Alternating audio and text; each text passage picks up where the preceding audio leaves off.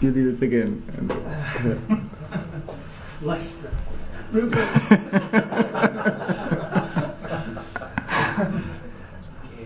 Do you feel you've lost 3 games out of the last 12, including a penalty shootout, having lost quite a lot of matches in a short space of time? Do you feel as though the work that you're doing, the ideas that you have, are, albeit slowly, starting to show themselves on the pitch?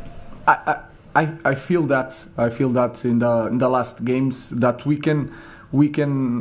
understand better the idea that what we want to do.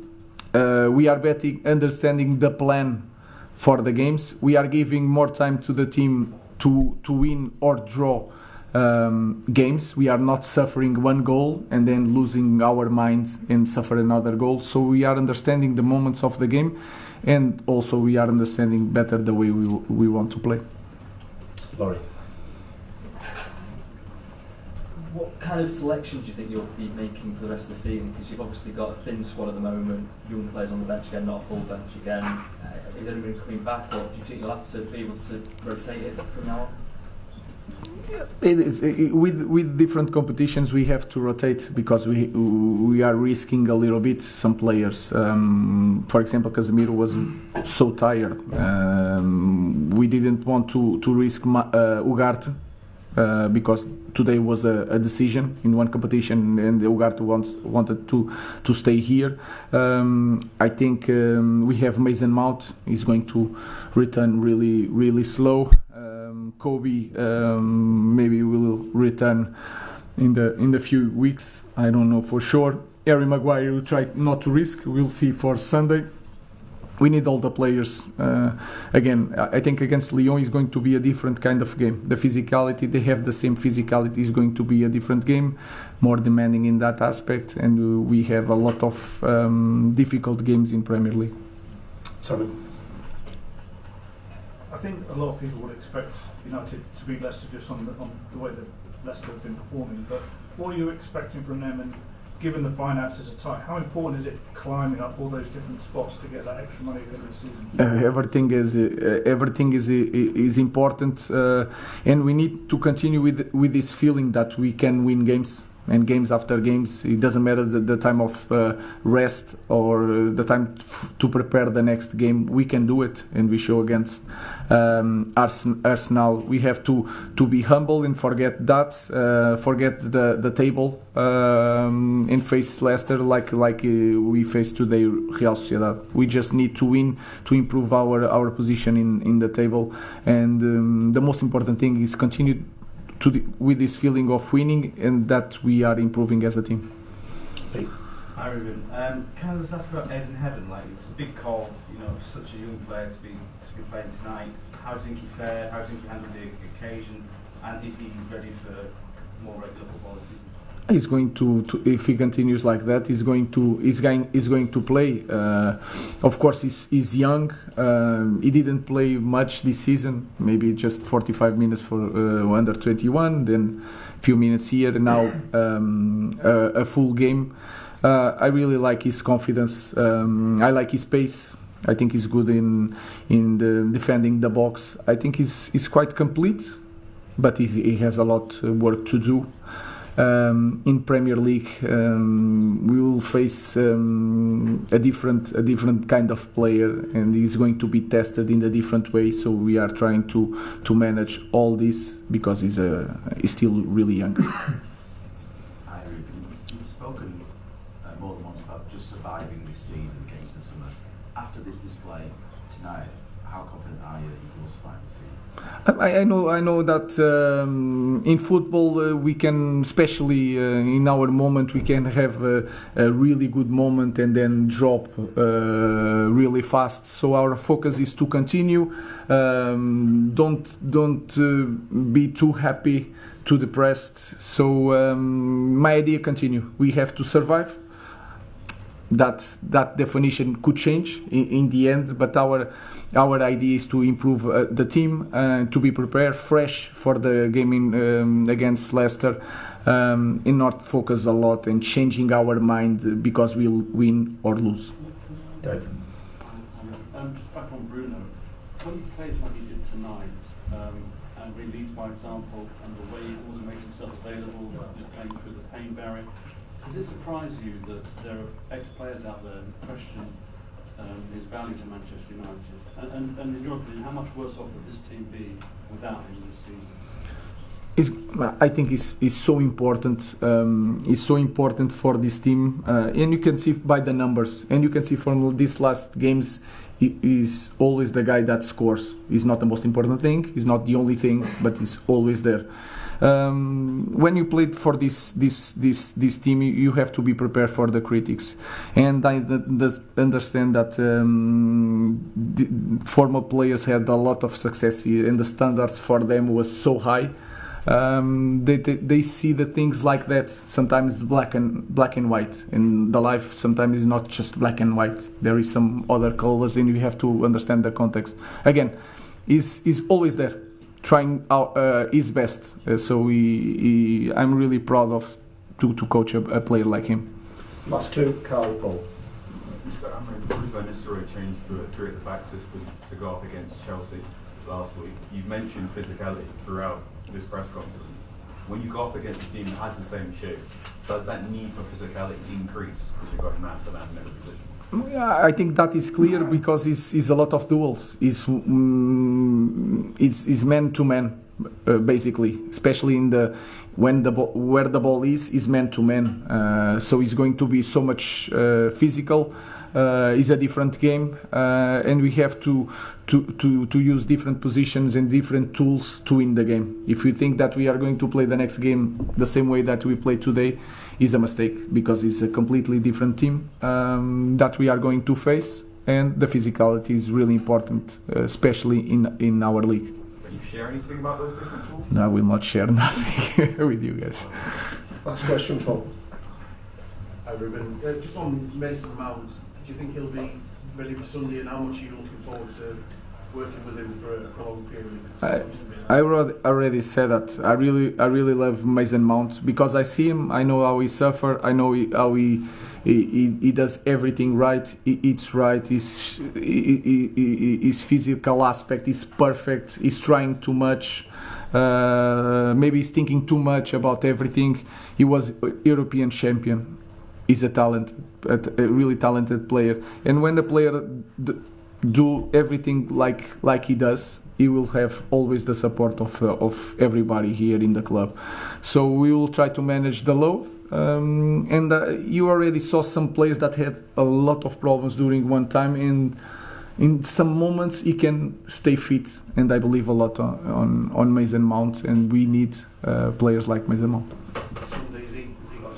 I think he's going to the bench. We'll see, but we need every player, and if he's fit, I'm going to take him. He cannot play too many minutes, but just 5 minutes of Mason Mount is perfect. I think a positive result would do us really good. That is very clear. It's what we're working for. It is what he took from the Chelsea game as well. It's what we worked on this week, to develop again the structures that we put in place, and the players filled in a great way. So we were able to build on that and bring it into Sunday's game. And of course, with the break after that, we realized that it could give a great boost, to get a positive result. And obviously Manchester United, the opposition, you were actually in charge of them for the reverse fixture in November. I was kind of surprised that you're only 4 points off the top three at that point. Are you surprised that the players, knowing the players as you do, are you surprised that they've struggled as much as they have since then? The Man United you're talking about? No, I can refer on the games that I was able to manage for United. The one in the League Cup against Leicester, one in the league, of course. And then coming in here in December, and then the focus of course is fully on this squad. The cup game was also a good game. I think we did really well. We were we lost the game with a unbelievable offside decision. We felt we were in that game to go to the next round. So in that sense, we take a positive from our last from my last game against United. I guess the other 2 games that weren't positives. It was a 4-1 and a 3-0 to United. But the last one was a positive, and we can bring that also into Sunday's game. Ruud, hi. Just on that same theme, 3 games that Leicester have played against United this season, 3 defeats. What have you seen maybe this week, or in your analysis of this game, what have you seen that makes you think you can turn that kind of performance around and beat them this time? I think it's important to realize that we played the cup game away not so long ago. I think United is in a better place than at the time that we played them in the cup. They had a very good game against Arsenal, and yesterday they were very strong. Obviously, a great boost that they're in the quarterfinals of the Europa League. That's a great boost for them. Good win yesterday. Bruno in great form, scoring a hat-trick and an important free kick, obviously, against Arsenal. So very decisive in that team. So it's a team that I think got some momentum going, especially after yesterday, positive in the quarterfinal of the European Cup. So it's definitely a team that is in a better place than when we played them in the FA Cup. The stadium, I know you have them. Lots been shown about Old Trafford, the rain coming through. We know all the issues with the catering. We know that. Do they need the stadium first? Is the stadium a necessity? No. And you know, I don't want to be negative about Manchester United because they had a terrific win in Europe the other night, and they look as though they. It's just hard to talk about the new stadium without talking about the general underperformance of the team and the fact that that team needs urgent investment, but not just urgent investment, but in sensible investment, because a lot of money has been spent on players that have been totally ineffective, which is why Manchester United are where they are. And it's hard for the owner, for the shareholder, I should say, Jim Ratcliffe, to kind of talk about ripping out what many people see as the heart and the soul of a football club. The people behind the scenes, you know about this. You know, lots of people just think they're employees, but they're people that the players relate to. They embody the spirit of the club. And local people as well. Exactly. You're basically sacking them, but then trying to get people excited about the new stadium by saying it's going to create jobs. Well, what about the jobs that have been lost? And the team itself, the messaging coming out of United, it's just all over the place because the team has underperformed. It needs that investment. You can't plead poverty and then suggest that everybody should get excited because you're going to spend money on a new stadium. Darren, does it not mean a new stadium more? I mean, 100,000-seater stadium is what we're talking about. So that means more people would be in the stadium, which means more money for the club. I'll just be brief on this one. Yeah. Having done this job for 25 years, I've seen a lot of teams invest money in stadia over players and continue to underperform or have to surrender players because they have to fund the stadium. I think in football, the sport comes first, the infrastructure comes second. How does Glenn feel? For me, it's not so much an on-field problem of having to sort that out because the stadium's a long time away. So they will have time to kind of make the team better and perform better. I don't think they'll be spending the sums of money they've spent in the past because they've been burnt. It's been really badly invested. For me, it's the timing. It's the timing of the announcements of cutting former players' money, of cutting lunch at the training ground. And the week after you announce a £2 billion stadium, I mean, is that not a business 101 of how not to do it or how to lose the most loyal people you have? What message does that send to players? Players, as in what? You've been in the dressing room. Yeah, but the new stadium. All of these mixed messages. Well, I think they've got enough to deal with. No, but you've been a player. If you're in the dressing room, what are you thinking when you see those mixed messages? Well, I mean, there's going to be obviously a selfish excitement of the stadium, of thinking I'm going to get to play in that. But then I think it'll sit worse with people that are either local or people that have been at the club a long time, where you see staff making way. I mean, a lot of people, and I think a huge number of this Manchester United team are passengers, and they won't be there very long at all. So it won't really affect them on that mental level. But we hear like your Gary Neville's, people with a real understanding and feel for the football club, and for me, and I've said this many times before, a football club is a representation of your local community. And we've come so far away from that at the moment. And I just think like those people that are not getting their lunch, and those former players that are the people have put Manchester United, have given Manchester United the platform to be where they are today, and then to announce the new stadium a week, 2 weeks later, it just doesn't make sense. And I feel as though it's how to lose even your loyalist supporters, putting your ticket prices up when you're performing so badly. Look after the people that are most important to you. I mean, the money isn't in the people, it's in the TV rights. Yeah, such an interesting one, because of course the game is so global now, and you know, there's that local, but also Manchester United, one of the biggest brands in world football as well. As we know, the Premier League is such a global game.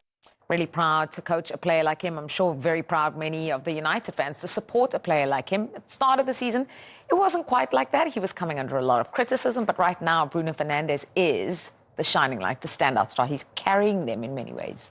Yeah, he is, especially when it comes to penalties as well. But I don't think there's ever been a lack of effort from Bruno Fernandes. I think sometimes it's been channeled in the wrong way. There's no doubt that he's an exceptional player. It's just sometimes I feel as though he lets his frustrations out on the pitch, and that can be off-putting at times. I feel as though things like that should be addressed internally, in the dressing room. But look, I mean, you look at the quality he's got here, from dead balls, and he's the heartbeat of the team. He's the one that doesn't stop running, that's always looking to play forward. Without him, I would worry where they were.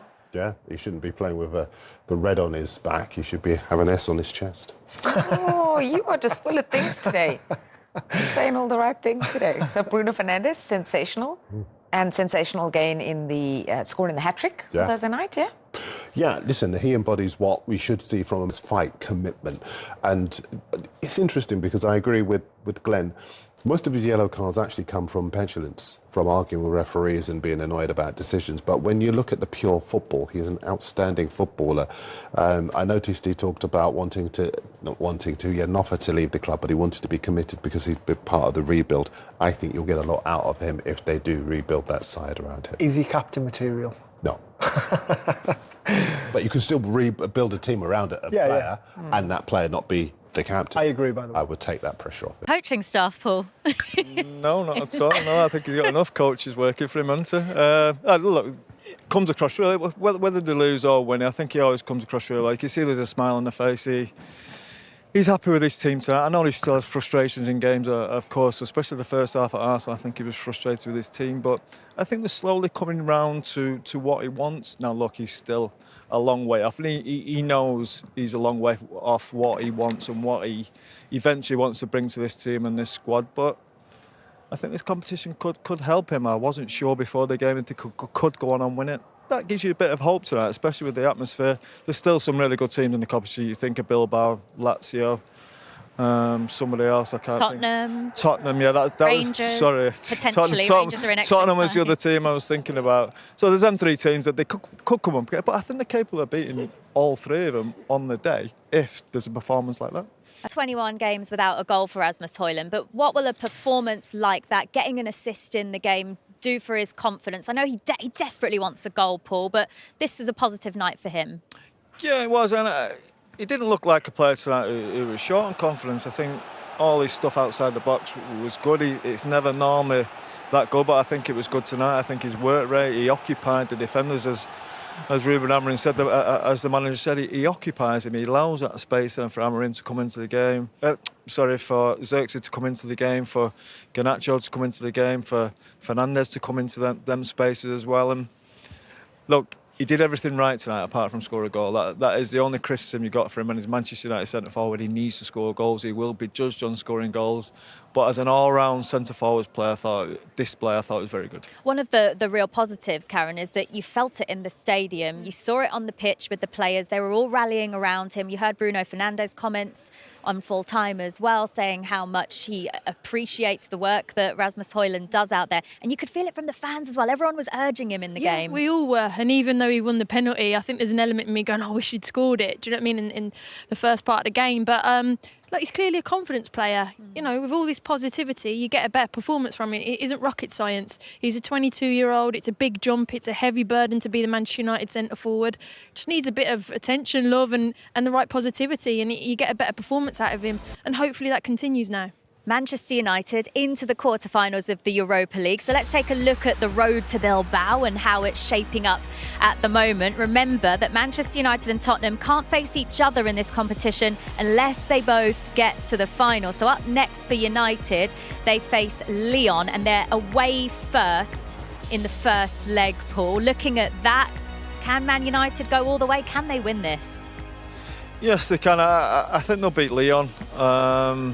And I'm saying that blind. I've seen Lyon a 6 in the French League. I don't think French football's that great. And I think United, they've a little bit of form, haven't they? They look like a team with confidence. They've only really got this left to think about, really. And they can even think about resting players when you're going into league games for this sort of game. I think if they get, is it Bilbao, they can get in the semi-final? Yeah, Bilbao and then the winner of Rangers or Fenerbahce. They play each other in the other quarter-final on that side. Who worries you the most out Bilbao. of those teams? Bilbao worry me the most. Well, I say worry me. I still think Manchester United can beat them. I think Bilbao are probably still the best team left in the competition. I think Lazio as well are a decent team. So Tottenham, I keep forgetting Tottenham, don't I? But Tottenham are a good team. But I think they're capable of beating them teams on their day. I think if they're going away in the first leg, just staying in the game like they did last week, and we've seen what happens here tonight on European nights, they can carry it to victory. Massive Premier League games yet this season, and it's All like season. This is not a normal Manchester United, and it's in the backdrop of a lot of criticism. Okay, there's a positivity of a new stadium. We're all wondering how they're going to pay for it, but they've got to do the business on the pitch, and that was a big hurdle for them tonight. It was a big hurdle. Are you convinced that this could potentially see them turning a corner, though? Not yet. Not yet, because I've watched Man United and I've commentated on Man United quite a few times this season. They've only got 2 wins and 7 in the Premier League. They've suffered 12 losses. The home form and the games that they've lost at home, they've lost against Palace, Bournemouth, Forest, Newcastle, Brighton, Spurs, Liverpool. Man United can't lose that many games at home. And as Martin said, they've not won 2 games back-to-back all season, which is unheard of. So, great win tonight. Swagger was back tonight. European football's going strong for them, and they need this trophy because they're miles away from any European football in terms of their league finish. So this is a competition, if they want to get back into the Champions League, it's unbelievably important for them. They're the only side, in fact, in the Europa League that are unbeaten so far. And Bruno Fernandes as well, 41 goal involvements. He's made history now. His 24 goals and 17 assists is the most of any player in this competition. He really is, isn't he? He leads from the front. He is, and you can't deny him that. I don't think he's everyone is his fan. You know, lots of former players are saying he doesn't get his foot in enough, maybe doesn't get around the pitch enough, but certainly he stood up tonight, and recently he's been doing that, getting the necessary goals. And in front of goal with the penalties, his track record for penalties is unbelievable. When there's lots of young players who are trying to find their form, and you know what it's like being an experienced player, when so many young players are trying to find their form and trying to find their way in life when you play for a club the size of Man United. We've had it when playing for big clubs like Liverpool and Arsenal. You know, it's not easy to put those shirts on. And while these young players are struggling to get their confidence back, what you can't argue is Bruno Fernandes being a brilliant captain this season. He's performed every single week. And I can imagine his personality. We talk about his personality on the pitch. I would imagine inside the dressing room, I reckon he's really important. We need more Bruno, says Ruben Amorim. Where would they be without his influence and numbers, do you think? They'd be a lot worse off, wouldn't they? People have their opinions on Bruno. I think that's purely historically as a captain at Man United. He doesn't fit the mould, if you like. But talent-wise, he's by far the best player the football club's got. One of the more talented ones in the Premier League, and he produces goals. And is, like you say, Man United would be probably 15 points less this season without Bruno Fernandes. And his durability, Nicky, I think since he made his debut, he's only been unavailable for 8 games. Yeah, he's always available. He doesn't duck games. He's never hardly ever injured. So you've got to give him a lot of credit for that. He's available for games all the time. And when a club's going bad, which Man United obviously is, it's very easy for certain players to duck it with a little niggle here and a little niggle there. People will say that they don't. Trust me, players do when it goes bad. He doesn't, and I think he deserves a lot of credit for that. Yeah, I totally agree. I mean, and I look at players. I look at how hard it is to play for Manchester United in recent years. There's very, very few players that spring to mind that you think, yeah, the player that they signed is the same or got better. Everybody regresses in a red shirt at the moment. Everybody. And the telltale sign is when they leave, they all of a sudden grow into a great player again. You know, you look at the McTominays and the Wan-Bissakas and the Antonys and the Rashfords and everybody else that have just left in recent months. They're all playing far better than when they were at Manchester United. I just wonder if Bruno Fernandes was in a top team, let's say, playing for Liverpool or playing for Manchester City over the last week, how good could this guy be? He's putting up the numbers right up in the mix of the top players in the Premier League, playing in a struggling team that everybody else struggles in. It's quite incredible what he's doing, to be fair. And we'll have a look at a couple of these clips, Steve. You know, he plays in different roles. You know, he's played as a six alongside, you know, the likes of Casemiro or Ugarte or players like that. He's played as a number 10. He's also played as a sort of a false 9 as well. I mean, that little flick around the corner to Højlund was absolutely exquisite. Unbelievable vision. Again, his closing down here in this left-hand side. This is a way at Liverpool, at Anfield. A lot of players can go hiding, as Butty says, in games like this when the going gets tough. But his vision, his weight of pass, you know, he's unbelievable. He's a real team player when it comes to that. He scores his goals. Look at that for defending. You know, he does put a shift, and he's not one of these players, these number 10s, that just ambles around the pitch and you know, does the odd little flick once in a while. He really puts a shift in for the team, and we can see that with a couple of the numbers he posts as well, Steve. Yeah, let's have a look at this, because this surprised us all today. Since the 2021 season, only Thomas Souček at West Ham has covered more kilometres. Yeah, I think that's going back to what we said a second ago. He's available every game. He plays pretty much every game. He's a very important player for the football club. He works hard. No one can ever deny that. And them distance covered there, the figures, it's mind-blowing, really. For someone who is known to be a technically gifted player, usually you get these players that just stand about and do all the nice stuff, which he shows, but the work ethic's there as well. So, you know, when you look into these stats, it's very difficult to have a go at him. But there's a few things that gets people's back up. He's very theatrical, he's very emotional, and it's not, like I say, it's not the normal Man United captain that you would look at, a Robson, a Keane, a Bruce, you know, them kind of players, the Cantona. They're different, but again, if the figures that he's doing and the stuff he does with the ball and the goals he scores, it's phenomenal. Look at these figures. Because, again, since he pretty much made his debut February 2020, in terms of goals and assists, Michael and I aren't a huge fan of assists, but we've rolled them all together for this.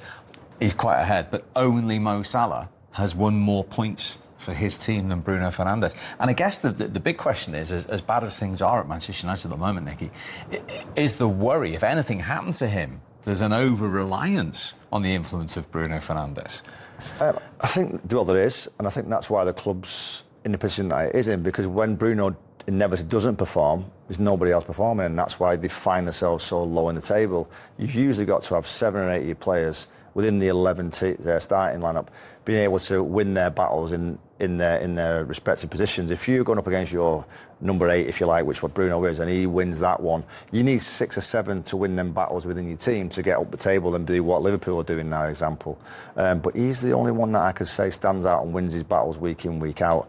Again, it's not all the time with Bruno, but one thing he does do, he covers distances and he scores vital goals, and there's nobody else doing that. So, is the simple thing to say you played in one of the greatest Manchester United team squads there's ever been?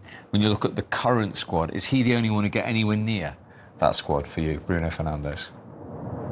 Honestly, yeah, but and is that how far standards have dropped? Well, yeah, it is. Let's not beat around the bush. Would Bruno start before Keane and Scholes? No. Would he be in the squad? Absolutely. Would he be a bit more like a Solskjaer or a Sheringham, come off the bench and producing? Yes. So yeah, it's fell so far from what it was.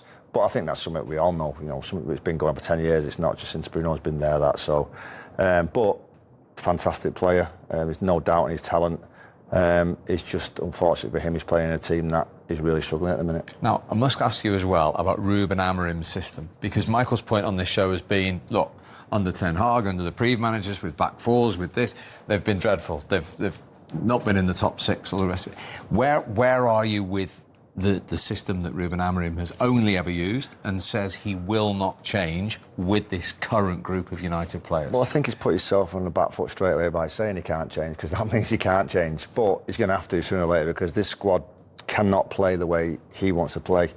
They sit too far back. There's 3 defenders at the back marking 1 player. The full-backs get pinned right back, so straight away you've got 5 players defending against 2 players. The areas for the midfield is so big, it's impossible for the top athletes to cover that much ground. Man United's midfield aren't athletes. They're good footballers. They're unbelievable players, or have been unbelievable. Casemiro, Eriksen. We talked about Bruno, we know about him. They don't have the legs that, players before them, even as Scott McTominay would have had.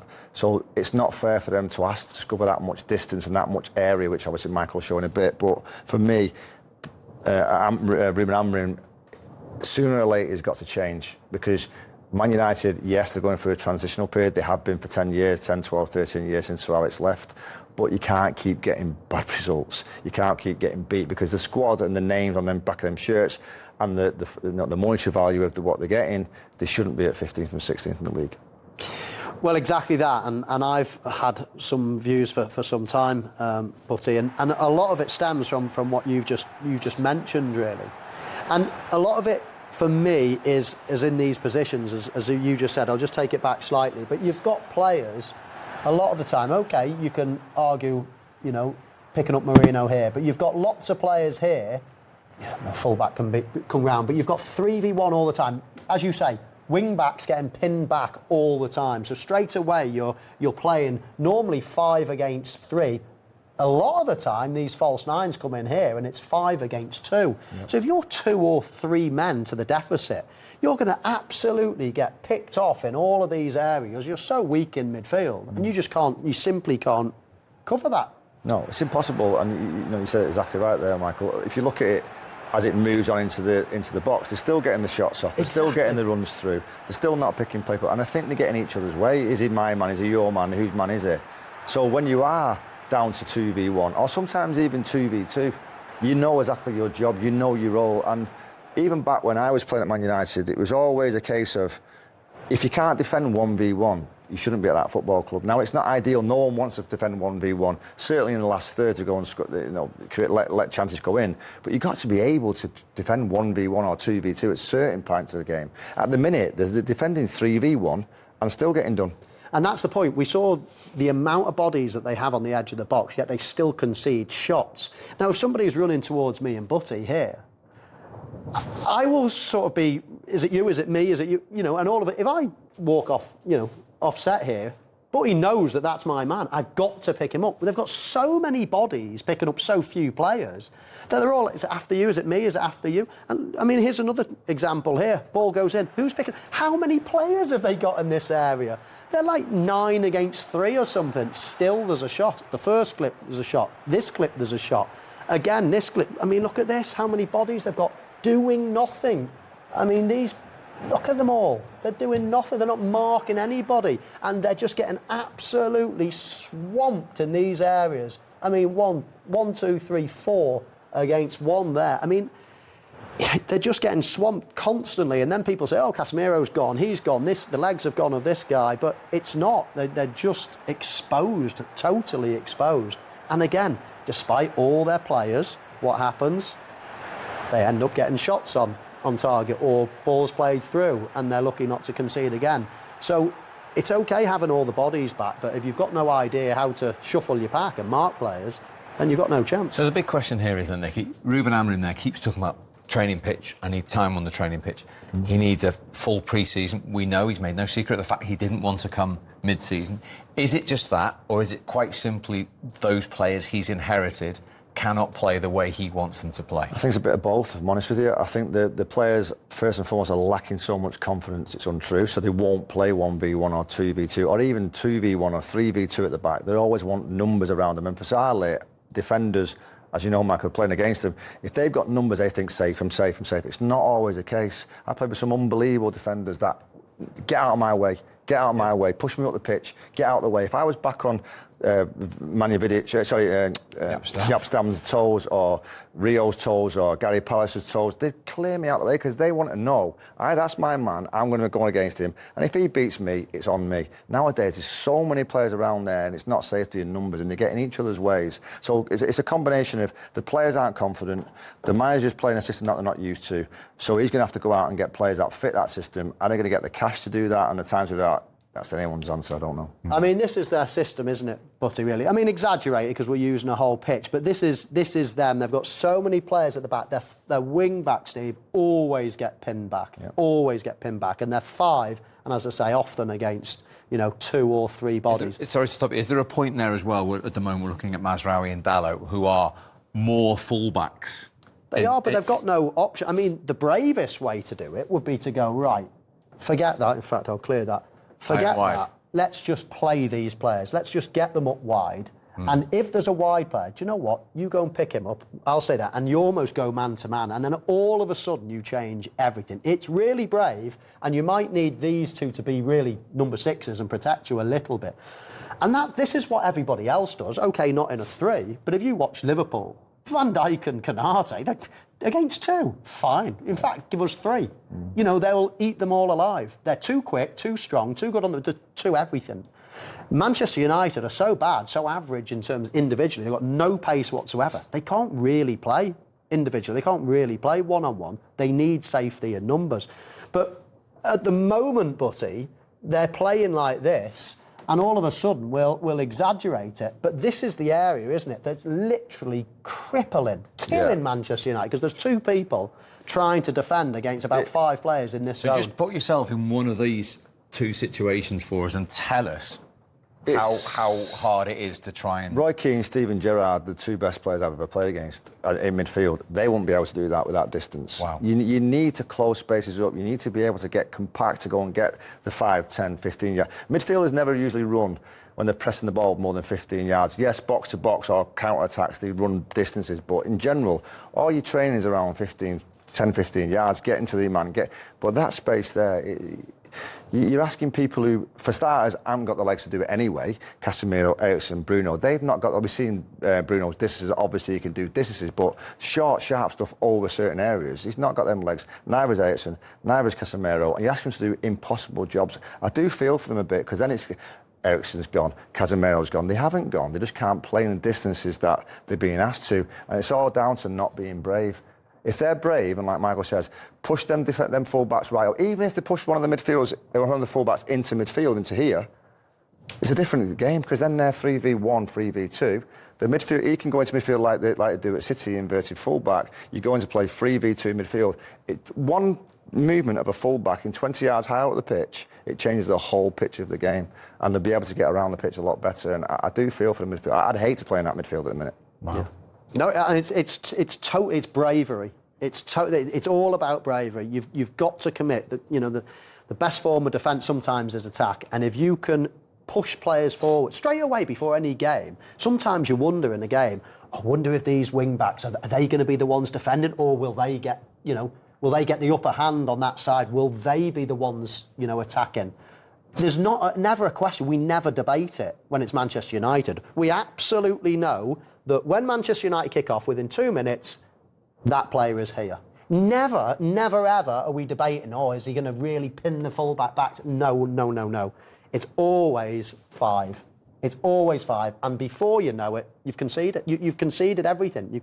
You're leaving all of these players isolated, too much ground to cover, too many big spaces between everyone. And it's just a lack of bravery. They've got to be front foot and actually be brave. Now, it might take 1 or 2 changes, because to play that way... And he was asked about this after the game yesterday, wasn't he? And he said, look, we don't want to play this way. In the future, we cannot play this way, because we're Manchester United. Well, when he came in, Amorim come in, if you remember, the first thing he did was played Amand as a wing-back, who's a forward player. So straight away, he's 20, 30, 40, 50 yards high up the pitch. He's near enough on the back line. For Rashford so straight away, he is pinning down their forward players. You go in, then you're playing as basically a 4. So if he does that, and he's brought in Dorgo on the other side. Exactly, and he does that naturally anyway from a young age. Straight away, your whole system, your whole players, your defence is up the pitch by 20, 30 yards, closes the space up, allows the lads in the midfield with the lesser legs to get about the pitch a lot better. But that one player now who's had a few injuries and been dropped out, he's now not playing, so now we're going back into a defensive kind of a wing-back, if you like, who's naturally going to defend more and want to be, oh, I'm getting back with my numbers. So it's quite obvious what they've got to do. They've got to play wing-backs, if they're going to play wing-backs, that are attack-minded, that are going to be up the front. And the best team talks I've ever heard when we played against unbelievable wingers was, if you play against McManaman, for example, who caused loads of problems against Liverpool, played against him, it was, and we didn't play wing-backs, it was full-backs as well. It's like, OK, push him that way. He's attacking player, will he run that way?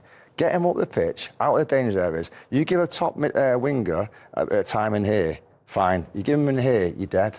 And that's what we're seeing happening time and time again in Man United. The numbers, there's so many on the edge of the box, pinned down there. It's just easy to play against. Absolutely fascinating. Listen, we could do a whole show, 2 shows on Man United at the moment with Nicky. We must move on.